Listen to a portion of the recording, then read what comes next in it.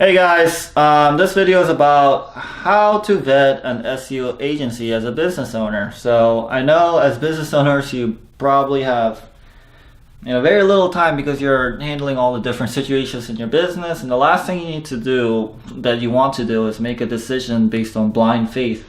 And so to make that easier for a lot of business owners, I thought of three simple questions that you can ask the SEO agency to kind of vet them for their ability to rank your website within the local area. And so these types of questions are geared specifically for local businesses that are trying to rank for their services and their product. So question number one,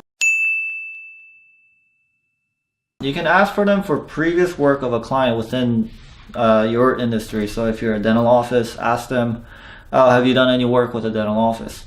But most likely than not, due to confidentiality, they're probably not going to be able to share that entire information because of the agreement that they had with their client in their contract. But if that is the case, you can press them to show you any sample project that they've done outside of contractual work with other clients. So it could be anything unrelated to your industry, but it has to be a local business. So let's say they've done like a plumbing lead gen site, which is essentially just a website that's ranked in a local area, but it's not a actual existing business, and the purpose of that is to get phone calls for other businesses. So look out for those and see if they have any other projects that they've done on their own. Number two, I know this question might sound funny, but you have to ask them, have they ranked their own website for their own industry? So if they're an SEO agency, but they're not ranking at all in their local cities, that kind of becomes questionable, right? Because if they're not able to apply their methods to their own website for their own industry, how are they able to carry out the task for your business? And so, we're not expecting every single SEO agency that you come across to be ranked number one necessarily, because just the nature of SEO is, based on ranking. If there are a lot of competitors, some companies might be bigger than others.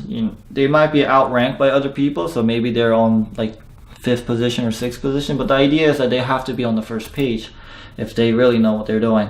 And so if they don't provide that information, what you can simply do is look at their website, go down to their address part and see what city they're located in, and put the city space SEO in Google, and you'll be able to see if they're ranking or not.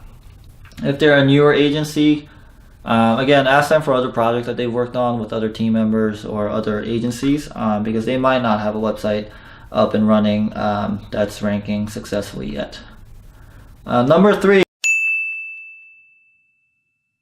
and this is really important, is that how will they report their work? Now, we're not expecting these agencies to, give a breakdown of what they did every single day for that month, right? That's like asking a doctor, what did you do to my body to get me fixed, right? That's unrealistic. It's unnecessary, honestly. It's probably a waste of a lot of people's time. But the things that they need to be providing is the sources of traffic that's coming to your website, whether it's organic, direct traffic, or people that have clicked through ads, if the agency is running ads as well. Make sure they're also accounting for phone calls that are coming from organic search. So one tool that I use is called CallRail. So what that does is it helps you track phone calls that are coming in from Google search specifically, or other different sources. They have different ways to do that, but I use that for that specific purpose. Other metrics that they can consider, or that you should consider seeing, is bounce rate and the time spent on the website. Because when it comes to organic search, because people have such high intent on actually making the purchase or the services that you're providing, they are more likely to spend more time on your website just looking at different pages. Maybe they go to a service page and go to the About Us page and see what you're about and things of that nature. And also on your end, on your own business end, make sure you're keeping track of the customers that are finding you through Google search, so that you're both accounting for their report and also your own business is accounting for the results as well. One caveat is that when the SEO agency decides to work with you, watch out for people that are, over promising on results within like real extremely short periods of time, because the nature of SEO is that it does take a long time, because we're essentially building a relationship with Google. So if someone's promising like we can get you ranked number 1 2 weeks, that's unrealistic. You should not work with those types of people, because they're probably not doing the best practices within our industry. And so to avoid getting any type of penalty from Google, or getting your website removed from Google entirely, you have to make sure you're working with an SEO agency that are promising things that are realistic, and also they're practicing good ethical standards within our industry. So typically for a local business, depending on the competition, it can take somewhere between 4 to 9 months, and these are just numbers that I'm thinking of on top of my head, because it really depends on what's already out there in terms of competition.